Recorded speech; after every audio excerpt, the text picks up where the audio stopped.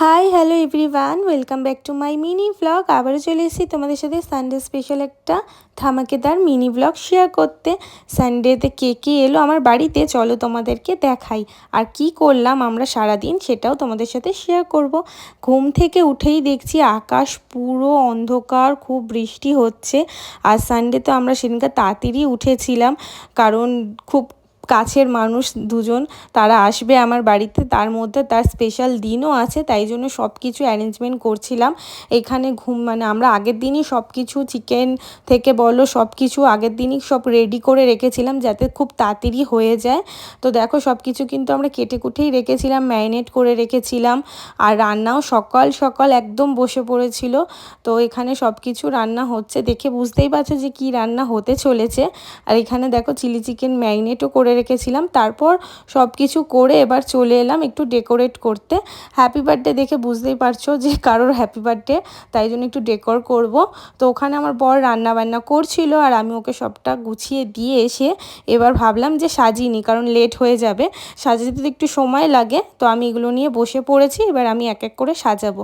তো সাজিয়ে নিয়ে আমার নিজেরই এত ভালো লাগছে যে এত সুন্দর করে সাজিয়েছি। হ্যাঁ, আমার খুবই ভালো লাগছিলো ডেকোরটা, আর যার জন্য করেছিলাম তারও কিন্তু ভীষণ পছন্দ হয়েছে। তো সব কিছু সাজিয়ে গুছিয়ে এরপর লাস্ট চিকেন কষাটাই বাকি ছিল, তো সেই সব রান্না করে আমরা স্নান মান করে রেডি হয়ে গেছি। এরপর আমরা ব্রেকফাস্ট করতে বসেছি। কোন সকালে উঠেছি, এখনও আমরা না খেয়েছিলাম। সব কিছু গোছাতে করতে করতে দেখো 12টা বেজে গেছে, এখন আমরা ব্রেকফাস্ট করছি দুজনে।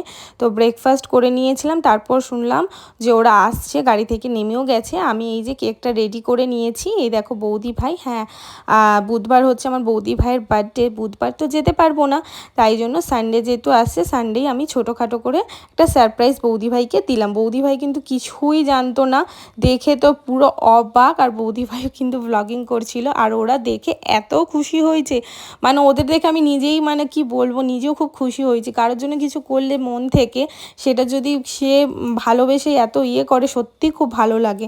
তো বৌদি ভাই তো পুরো মানে অবাক হয়ে গেছে, আমার খুবই ভালো লাগছিল। তো দেখো এবার বসে পড়েছে বৌদি ভাই একটু ফটো তুলতে। তো সবার সাথে একটু ফটো তুলে নিচ্ছিল, এখানে গিনি, তারপরে দাদা, সবার সাথে একটু ফটো তুলে তারপর ফাইনালি বৌদি ভাই এই দেখো কেকটা কাটবে। তো ওনার মুখের হাসি দেখে বুঝতেই পারছো যে ভীষণ খুশি ছিল, আর ওনাকে খুশি দেখে আমারও ভীষণই ভালো লাগে। বিয়ের পর দিনই শ্বশুরবাড়িতে গিয়ে এই মানুষটার সাথে আমার সবার প্রথম বন্ধুত্ব হয়েছিল, পরিচয় হয়েছিল যাই বলো। তো সেই বন্ধুত্বটা আস্তে আস্তে যে এত ক্লোজ হয়ে যাবে আমি ভাবতেও পারিনি। তো যাই হোক, আমার ক্লোজ বন্ধু যাই বলো, সব কাছের মানুষ শ্বশুরবাড়িতে, তার জন্য আমি কি মানে রান্না করেছি দেখো। করেছিলাম হচ্ছে তার পছন্দের সব কিছু খাবার। এখানে আছে মিক্সড ফ্রাইড রাইস, চিকেন কষা, চিলি চিকেন, তারপর তার জন্য মিষ্টি, মানে সব কিছু তার পছন্দের মতন সব কিছু করেছিলাম। তো এখানে ওরা খেতেও বসে পড়েছে একসাথে। তো খাবার দাবার তো খুব ভালো হয়েছে বলেছে। তারপর খাওয়া দাওয়া করে আমরা একটু রেস্ট নিয়ে চলে গেছিলাম ছাদে সবাই মিলে।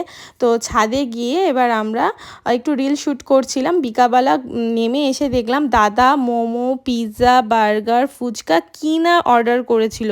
সব কিছু খাবার দাবার আমার পছন্দের মতন সব অর্ডার করেছিল। আর এখানে আমার মতন আরেকজন পিৎজা পাগলু আছে, দেখো সেও পিৎজা খেতে আমার মতন ভীষণ ভালোবাসে। তারপর দেখলাম যে আমার আরেকটা ভাসুর চলে এসছে। তো এখানে সবাই মিলে এবার গোল করে আড্ডা দিচ্ছিলাম। এরপর অনেক গল্প করার পর সবার বাড়ি যাওয়ার টাইমও চলে এসছে, এবার সবাই বাড়িও চলে যাবে। এখানে ওদের ওলাও চলে এসছে, ওরা অনেক দূর যাবে বেহালায়। তো ওরা চলে যাওয়ার পর তারপর দেখো মেজদা ভাইও চলে যাচ্ছে। মেজদা ভাই দাঁড়িয়ে দাঁড়িয়ে একটু কথা বলছিল, তারপর সেও চলে যাবে। তারপর কি আমরা খাওয়া দাওয়া করে, আর সেই দিন ছিল হচ্ছে ফিফা ওয়ার্ল্ড কাপ ফাইনাল, তো সেটা নিয়েই বসে পড়েছিলাম দেখতে। তো চলো আজকের মতন ব্লগটা এখানেই শেষ করছি। যদি তোমাদের ভালো লেগে থাকে অবশ্যই লাইক কমেন্ট করে দিও। তো আজকের মতন টাটা, আবার দেখা হবে নেক্সট ব্লগে, বাই।